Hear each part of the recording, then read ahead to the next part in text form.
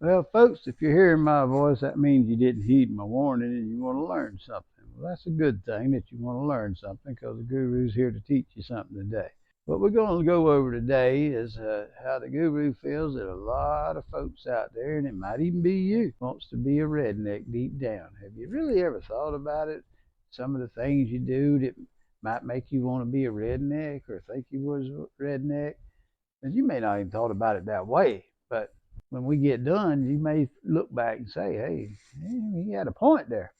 Well, the first thing is a lot of people, they be going out and the guru traveling across the country and seeing these people around, and they be having these here boy out holy breeches on, kind of like these here that I got on today, which I bought for 1999 about 7 or 8 years ago, and I just wore them till they got holes in them and faded out.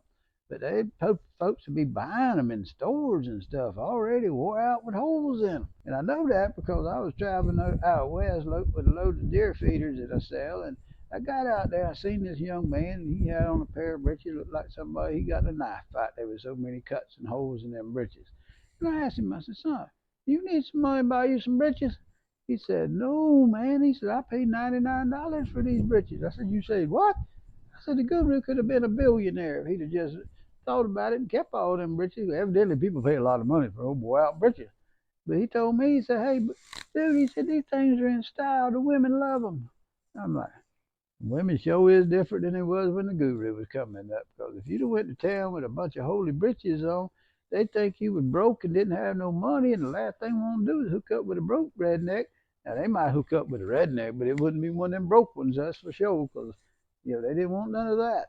Well, he said that was in style. And I still to this day can't figure that one out. But then I see people walking around all the time with overalls on. They'll have fancy buttons on them now, but they're still overalls. They have fancy designs all over them and on the pockets, but they're still overalls. Grandpa Redneck, he wore overalls all his life till he died. The only time you wouldn't see Grandpa Redneck in a pair of overalls if he was going to a marrying or a burying. Them was the only two times you might see him in a pair besides overalls on.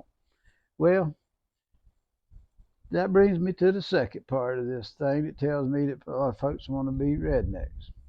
They'll take and go out and they call it camping. They'll get them a big tent, sleeping bags, and some of them get cots to sleep on because they don't want to sleep on the dirt.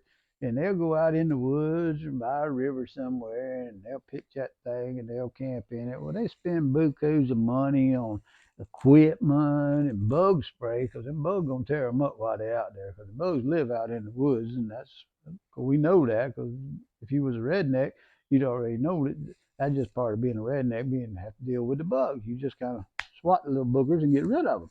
But they would, and they'd spend all that money, go out there and feed them bugs for a few days. And I guess that made them think they were getting back to nature. And of course, we live in the nature, so there again, they want to be a redneck. A friend of mine had this huge, big old traveling house.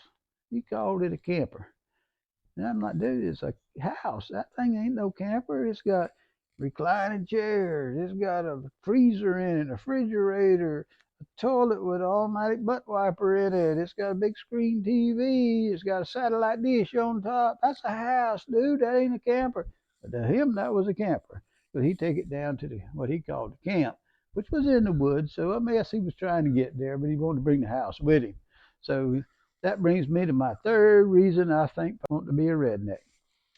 Well, I've noticed that a lot of folks move out of the cities down into the country, and they'll buy up this 3 to 5 acres of land, and they'll put some fences up, put them some cows and pigs and hogs in there, and they'll have some chickens, and I don't know where they're going to, just look at them and tell all their buddies, hey, man, I got this farm down there with a bunch of animals in it. And, they always wait till they, pass on by old age. I don't know. Now, when we were growing up, we had all that stuff on the farm.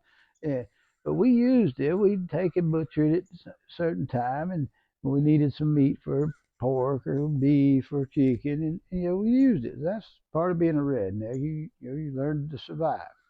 And that's why, the poo-poo ever hits the fan, folks, the redneck gonna survive. There's some other folks I'm not too sure about, but these folks are trying to be one.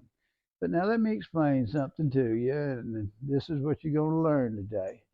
The only way to be a redneck is to be born a redneck. And thank the good Lord, the guru was born a redneck, so he's proud of it.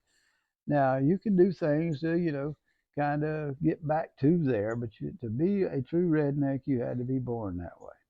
Now, if you stayed on the channel this long, go ahead and subscribe to my channel, folks, and you won't miss the next episode of what the guru is going to enlighten you with. Have a good day.